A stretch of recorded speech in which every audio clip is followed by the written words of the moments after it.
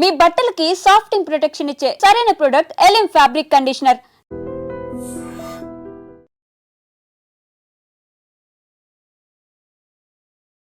ఇప్పుడు మరో ట్విస్ట్ ఏంటంటే ఈ సోనం వాళ్ళ నాన్నకి హెల్త్ బాగుండలేదట.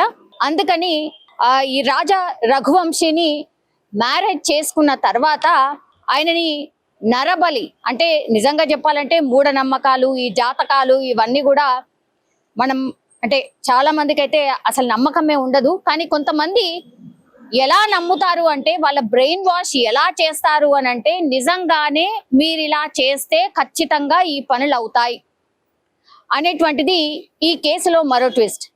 ఈ సోనం అనే అమ్మాయి వాళ్ళ నాన్నకి హెల్త్ బాగోలేదు కాబట్టి ఆయన హెల్త్ బాగుపడాలి అని అంటే ఇప్పుడు ఈ సోనం ఎవరినైతే మ్యారేజ్ చేసుకుంటుందో ఆయనని బలి ఇస్తే అప్పుడు సోనం వాళ్ళ నాన్న బాగుపడతాడు, ఆ సోనం వాళ్ళ నాన్న మంచిగా అవుతాడు, అనారోగ్యం నుంచి బయటపడతాడు అని ఎవరో జ్యోతిష్యుడో ఇట్లా జాతకాలు చెప్పేవాడో ఎవరైతే ఉన్నారో ఈ ఫ్యామిలీకి పూర్తిగా అతనే చెప్తూ ఉంటాడట. అందులో భాగంగానే ఈ స్కెచ్ అంతా వేశారు. అందుకని సోనం ఒప్పుకుంది. సోనం మ్యారేజ్ తర్వాత వాళ్ళ భర్తని చంపి నరబలి ఇచ్చి ఆ తర్వాత ఈ ఏమంటారు లోయలో పడేసిన తర్వాత వాటర్లో ఆయన బ్లడ్ ఫ్లో అయితే అప్పుడు ఇప్పుడు సోనం వాళ్ళ నాన్న బతికి బయటపడతాడు అనేది వాళ్ళ ఫ్యామిలీకి చెప్పేటటువంటి జ్యోతిష్యుడు ఎవడైతే ఉన్నారో వాళ్ళు చెప్పాడట. అందుకని ఇంత పెద్ద స్కెచ్ యాక్చువల్లీ సోనం వాళ్ళ ఫ్యామిలీ అంతా కలిసి చేసింది అని ఇప్పుడు రాజా రఘువంశీకి సంబంధించిన వాళ్ళ ఫాదర్ చెప్తున్నటువంటి పరిస్థితి. యాక్చువల్లీ పెళ్ళైన వారం వరకు కూడా వాళ్ళకి ఏదైతే ఫస్ట్ నైట్ జరగాలో అది జరగకుండా సోనం ఆపింది. ప్లాన్ ప్రకారమే హనీమూన్ కి వెళ్ళొచ్చిన తర్వాత ఈ కామాఖ్య అమ్మవారిని దర్శించుకున్న తర్వాత మేము బ్యాక్ వచ్చిన తర్వాత అప్పుడు ఆ మిగతా కార్యక్రమాలన్నీ చెయ్యండి అని వాళ్ళ హస్బెండ్ తో అంటే రాజా రఘువంశీతోని వాళ్ళ అమ్మా నాన్నకు చెప్పించడం. మరి అదంతా లేకపోతే హనీమూన్ కి ఎందుకు వెళ్ళారు అనేది వాళ్ళ అమ్మా నాన్న అడిగినప్పటికీ కూడా ఏమో సోనం ఇలా చెప్పింది కాబట్టి మేము వెళ్ళేసి వస్తాము అని రాజా రఘువంశీ కూడా పాపం అమాయకంగా సోనంని నమ్మడం, తర్వాత ఈ హనీమూన్ ట్రిప్ అంతా ప్లాన్ చేయడం. ప్లాన్ ప్రకారమే వీళ్ళు ఎవరైతే అంటే సోనంకి సంబంధించి ఎవరైతే సహకరించారో ఈ సుపారీ గ్యాంగ్ ఎవరైతే సహకరించారో వాళ్ళందరినీ కూడా అరేంజ్ చేయడం. వీళ్ళందరికి కూడా ఈ మేఘాలయ అనేటటువంటి ప్రాంతం చాలా కొత్తది, కానీ వీళ్ళు మొత్తంగా మేఘాలయలో ఎక్కడెక్కడ ఏమేమి ఉంటుంది అని పూర్తిగా తెలుసుకున్న తర్వాతనే ఇదంతా ప్లాన్ ఇంప్లిమెంట్ చేసినట్టుగా ఇప్పుడు రాజా రఘువంశీ వాళ్ళ ఫాదర్ చెప్తున్నటువంటి పరిస్థితి. అండ్ ఇప్పుడు ఎవరైతే ఈ రాజ్ కుష్వాహా ఉన్నాడో అంటే సోనం ఇదంతా చేసింది కూడా రాజ్ కుష్వాహా. ఈయన యాక్చువల్లీ సోనంకి ముందే తెలుసు, ఫ్యామిలీకి చాలా దగ్గర. అండ్ రాజ్ కుష్వాహా కోసమే ఇదంతా చేసింది. ఈయనని చంపి ఆ తర్వాత దోషం ఏదన్నా ఉంటే అదంతా పోయిన తర్వాత రాజ్ కుష్వాహాని పెళ్లి చేసుకోవాలి. రాజ్ కుష్వాహా యాక్చువల్లీ సోనంకి లవర్ అనేటువంటి మాట ఇంకో వర్షన్ వినిపిస్తోంది. సో ఇప్పుడు ఈ కేసులో ఇంకో ట్విస్ట్ ఏంటంటే నిన్న మొన్న ఆమె ఫోన్ ని ఓపెన్ చేసి పూర్తిగా ఇన్ఫర్మేషన్ లాగితే అందులో ఎవరెవరితోని ఏమేం మాట్లాడింది, సోనం ఏ ఫోన్ అయితే యూజ్ చేసిందో ఆ ఫోన్లకు సంబంధించిన ఇన్ఫర్మేషన్ ఒకవైపు కనుక్కుంటున్నారు. అంటే ఆమె మొత్తంగా 3 ఫోన్లని యూజ్ చేసింది.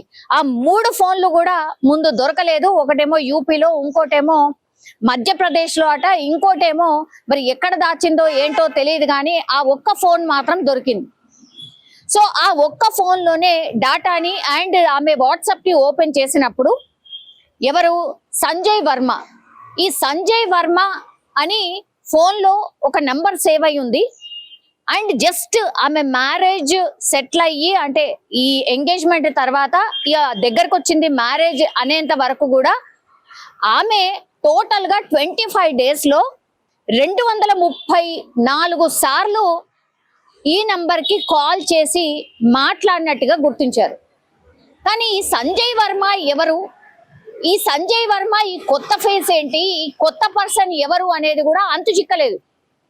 మేబీ ఈ ఫ్యామిలీ అంతటికి కూడా మరి ఈ ప్లాన్ అంతా ఈయన ద్వారానే నడిచిందా అనేది పోలీసులు ఆ కోణంలో ఒకటి, లేదు ఈ రాజ్ కుష్వాహా అని ఏదైతే అనుకుంటున్నామో రాజ్ కుష్వాహా కాదు, అసలు ఇంకొక ఆయన కోసం ఇదంతా ప్లాన్ ఇంప్లిమెంట్ చేసింది అని ఇంకో వర్షన్, ఇట్లా రకరకాల వర్షన్స్ అయితే వినిపించాయి. కానీ 25 రోజులలో పెళ్లి ఆల్మోస్ట్ దగ్గరకు వచ్చేంత వరకు కూడా ఈ 25 రోజులలో 234 సార్లు మాట్లాడినటువంటి ఈ సంజయ్ వర్మ అనే నంబర్ ఎవరిది అని పూర్తిగా క్షుణ్ణంగా ఎంక్వైరీ చేసినప్పుడు దిమ్మ తిరిగే ట్విస్ట్ ఇక్కడే ఉంది. ఈ రాజ్ కుష్వాహా ఎవరైతే ఉన్నారో ఈ రాజ్ కుష్వాహా అతన్నే ఈ సంజయ్ వర్మ అనే పేరు సేవ్ చేసుకొని, అంటే రాజ్ కుష్వాహా కాకుండా సంజయ్ వర్మగా ఫోన్లో నంబర్ని సేవ్ చేసుకొని రాజ్ కుష్వాహాతోనే సోనం మాట్లాడినట్టుగా పోలీసులు ఈ రోజు నిర్ధారించినటువంటి పరిస్థితి. బాబోయ్, ఈ కేసులో అసలు ఎంత భయంకరమైన ట్విస్టులు ఉన్నాయంటే ఘోరం అన్నమాట. అసలు మనిషి అనేవాడు ఇట్లాంటి ఆలోచననే చెయ్యరు. ఇంత దారుణంగా ఈ సోనం అనే పర్సన్ అలా నాన్న అనారోగ్యం ఉంది కాబట్టి బాగుపడతాడు వాళ్ళ హస్బెండ్ ని చంపితే అని ఆ సానుభూతితోని ఇప్పుడు రాజ్ కుష్వాహా పెళ్లి చేసుకోవడానికి రెడీ ఉంటాడు కాబట్టి రాజ్ కుష్వాహాని పెళ్లి చేసుకోవచ్చు అని ఇట్లా రకరకాలుగా ఏదో పిచ్చి పిచ్చిగా ఏదో ఇప్పుడు పోలీస్ ఇన్వెస్టిగేషన్ లో రకరకాల వర్షన్స్ చెప్తూ ఉన్నారు. ఇప్పుడు మొన్న రాజా రఘువంశీ ఎవరైతే ఉన్నారో రాజా రఘువంశీకి సంబంధించిన ఫ్యామిలీ మెంబర్స్ ని వెళ్ళి ఈ సోనం వాళ్ళ బ్రదర్ కలిసి ఏడిచి మా చెల్లి ఒకవేళ తప్పు చేసి ఉంటే ఆమెని శిక్షించాల్సిందే, ఉరి తీయాల్సిందే అని బోరున విలిపించి వాళ్ళ అమ్మా నాన్న దగ్గరికి పోయి పెద్ద సానుభూతి నటించొచ్చిండు. కానీ ఈ కేసు లోతులోకి వెళ్ళిన కొద్దిగా అసలు సోనం వాళ్ళ ఫ్యామిలీ మొత్తంగా కూడా ఈ కేసులో ఇన్వాల్వ్ అయిందా, సోనం వాళ్ళ ఫ్యామిలీ మొత్తము ఈ రాజా రఘువంశీకి సంబంధించిన ఫ్యామిలీ గురించి మొత్తం తెలుసుకునే మంచి వాళ్ళు అండ్ ఈ జ్యోతిష్యులు ఎవరైతే ఉన్నారో ఈ జ్యోతిష్యుడు అనేటోడు ఎవరైతే ఉన్నారో ఆయన చెప్పిన దాని ప్రకారమే ఇవన్నీ కూడా రాజా రఘువంశీలో మ్యాచ్ అయ్యాయి. కాబట్టి ఆయన చాలా సిన్సియర్ పర్సన్, ఆయనకి ఎట్లాంటి చెడు అలవాట్లు లేవు, అట్లాగే ఏ అమ్మాయితో ఎఫ్ఐఆర్ లేదు. ఇట్లా ఇవన్నీ తెలుసుకున్న తర్వాతనే ఇతనైతేనే కరెక్ట్, నీ జాతకం ప్రకారం కావచ్చు, లేదంటే మీ ఫ్యామిలీ బాగుపడాలని కావచ్చు, లేదంటే మీ నాన్న బాగుపడాలంటే కావచ్చు, ఇవన్నీ చెయ్యాలంటే ఇతన్ని మీరు నరబలి చెయ్యాల్సిందే అని ఈ జ్యోతిష్యుడు చెప్పడం, ఆ తర్వాత ఆ మాటలు విని ఈ ప్లాన్ అంతా సోనం వాళ్ళ ఫ్యామిలీ మొత్తంగా ఇన్వాల్వ్ అయి చేసినట్టుగా ఇప్పుడు ఈ కేసు అట్లనే కనిపిస్తుంది. అట్లాగే రాజా రఘువంశీకి సంబంధించిన ఫాదర్ కూడా ఇదే వ్యక్తపరుస్తున్నాడు. ఈ జాతకాలు పెళ్లి సెటిల్ అయిన తర్వాత కూడా జాతకాలు కావచ్చు, లేకపోతే మా ఆచారంలో ఇలానే ఉంది అని, మా ఆచారంలో ఇట్లానే చేయాలని చాలా అంటే చాలా పట్టుబట్టి మరీ అట్లాంటివి చేయించిండ్రు. అందుకనే మాకిప్పుడు వీళ్ళు ఒక్కొక్క విషయాన్ని చెప్పిన దాన్ని బట్టి మేము కేసుకి సంబంధించి చూసినప్పుడు పూర్తిగా అన్ని మ్యాచ్ అవుతున్నాయి. కాబట్టి వీళ్ళ ప్లాన్ ప్రకారమే ఈ ఫ్యామిలీ అంతా మా బిడ్డను దగ్గరుండి వీళ్ళంతా చంపించారు అనేది కూడా ఇప్పుడు రాజా రఘువంశీ వాళ్ళ ఫాదర్ అయితే చెప్తున్నటువంటి పరిస్థితి అయితే కనిపిస్తోంది.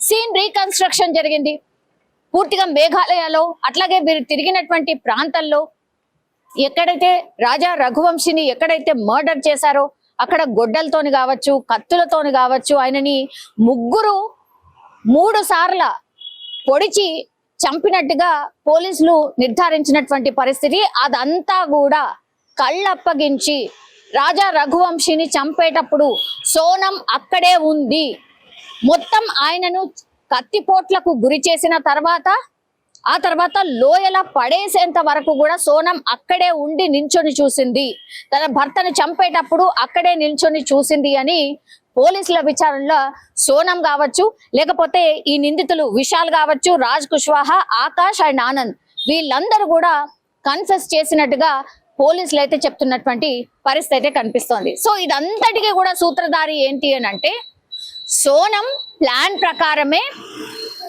ఆర్ సోనం వాళ్ళ ఫ్యామిలీ పూర్తిగా ప్లాన్ ప్రకారమే ఇదంతా చేసింది. ఆ తర్వాత రాజ్ కుష్వాహా ఎట్లాగో పెళ్లి చేసుకుంటాడు మా అమ్మాయిని కాబట్టి సానుభూతి పరంగా సొసైటీలో కూడా ఎవరు కూడా ఏమనుకోరు. ఫస్ట్ భర్త చనిపోయిండు కాబట్టి ఇగో ఈ రాజ్ కుష్వాహా ముందుకొచ్చి పెళ్లి చేసుకున్నాడు అని ప్రొజెక్ట్ చేయొచ్చు. అట్లాగే మా ఫ్యామిలీకి ఉన్నటువంటి ప్రాబ్లమ్స్ అనుకోండి, లేదంటే సోనం వాళ్ళ నాన్న ఆరోగ్యం బాగోదు కాబట్టి ఆ సోనం వాళ్ళ నాన్న ఆరోగ్యం బాగైపోతుంది కాబట్టి బలైపోతే బలైపోయింది, ఎవరు రాజా రఘువంశీ ఫ్యామిలీ బలైపోతే బలైపోయింది, మాకేంటి, మా ఫ్యామిలీ మాత్రం అన్ని విధాలా బాగుపడుతుంది అనుకున్న తర్వాతనే ఈ స్కెచ్ అంతా వేసినట్టుగా ఇప్పుడు రాజా రఘువంశీకి సంబంధించిన ఫ్యామిలీ అయితే చెప్తున్నటువంటి పరిస్థితి కనిపిస్తోంది. వీళ్ళందరికీ కూడా నార్కో టెస్టులు చెయ్యండి, అయితేనే నిజాలన్నీ కూడా బయటకు వస్తాయి, లేకపోతే వీళ్ళు చేసినటువంటి పాపం అంతా ఇంత కాదు, మా బాబుని ఒట్టిగా బలిచ్చిండ్రు, ఈ మూఢనమ్మకాలేంది, అసలు క్షుద్ర పూజలేంది, ఈ కామాఖ్య అమ్మవారి దగ్గరికి ఇప్పుడు రాజా రఘువంశిని చూపించిన తర్వాత ఇగో మేము బలియబోతుంది ఇదే అనేటువంటిది అమ్మ దగ్గరగా చూపించిన తర్వాత అప్పుడు అతన్ని ఆ లోయ దగ్గరికి తీసుకువెళ్ళి వీళ్ళు ఇంప్లిమెంట్ చేసిన వీరు అనుకున్నటువంటి ప్లాన్ ప్రకారమే ముగ్గురుతోనే చంపించి ఆ తర్వాత లోయలో పడేసినటువంటి పరిస్థితి కనిపిస్తోంది. ఆ తర్వాత కేసుకి సంబంధించి అన్ని విషయాలైతే మనకు తెలిసిందే. ఎందుకంటే 23వ తారీఖున మర్డర్ జరిగితే 2వ తారీఖున మే 23న మర్డర్ జరిగితే జూన్ 2వ తారీఖున రాజా రఘువంశీకి సంబంధించిన ఎక్కడైతే చనిపోయి డెడ్ బాడీ పడిందో అక్కడ ఆయన డెడ్ బాడీని కనుక్కోవడం అయితే జరిగింది. తర్వాత ఇప్పుడు నేను చెప్పిన నిందితులు ఎవరైతే ఉన్నారో వాళ్ళు పట్టుబడ్డం, దాని తర్వాత ఒక 1 వీక్ తర్వాత ఇప్పుడు సోనం యూపీలో దొరకడం. సో ఇదంతా కూడా చూస్తుంటే పక్కాగా ప్లాన్ ప్రకారమే వీళ్ళందరూ అనుకునే కూడబలుక్కునే ఈ ఫ్యామిలీ మొత్తం అనుకునే మా కొడుకును చంపేసింది అనే వర్షన్ ఇప్పుడు రాజా రఘువంశీకి సంబంధించిన పేరెంట్స్ అయితే వినిపిస్తున్నారు. నిజం చెప్పాలంటే కూడా ఈ కేసుని మనం అబ్జర్వ్ చేసినా, ఈ ఇన్సిడెంట్లు అన్ని మనం చూసినా సరే ఇప్పుడు రాజ్ కుష్వాహాకి సంబంధించి పెళ్లి చేసుకోవాలి అని అనుకుంది కాబట్టి, డిసైడ్ అయింది కాబట్టి ప్లాన్ ప్రకారమే ఇదంతా చేసినట్టుగా స్పష్టంగా అర్థమవుతుంది. ఇప్పుడు రాజ్ కుష్వాహాకి సంబంధించిన ఫోన్ నంబర్ ని ఆ పేరుని సంజయ్ వర్మగా సేవ్ చేసుకొని 234 సార్లు మాట్లాడింది. అంటే ఇంత టెక్నాలజీ పెరిగింది, ఇన్ని సీసీ కెమెరాస్ వచ్చాయి, ఇంత టెక్నాలజీ అందుబాటులో ఉన్నటువంటి టైంలో ఒక మర్డర్ చేసి ఈజీగా తప్పించుకుంటామని ఎట్లా అనుకున్నారు? ఇప్పుడు మేఘాలయ ప్లాన్ చేసింది కూడా అందుకే, లోయలో పడిపోతుంది ఇక దొరకడు ఇట్లా అనుకునే డెఫినెట్లీ ప్లాన్ చేసి ఉంటారు.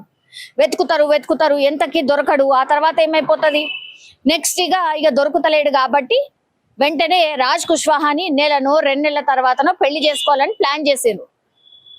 ఇది ఈ కేసులో ఇప్పుడున్నటువంటి ట్విస్ట్.